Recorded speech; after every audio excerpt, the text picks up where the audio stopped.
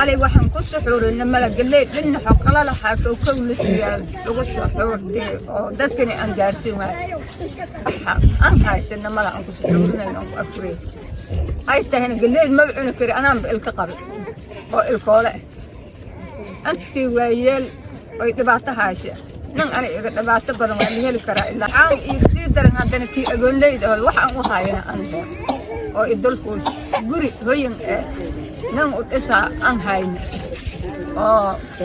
walaalka madlanka aan hadaba galay qalalax ana u jirina hadda meesha hadii soo dhawaaqay u soo kacay oo walaalka shooda uu aruurina dhibaato adduunyada intaasaan unaga ahaan kartaa walaalow anoo iska dhibaataysan haddana taasaab iibsi murug badan waxaan ku soo xuruna aan gurigeyda ku oga maba laha hadda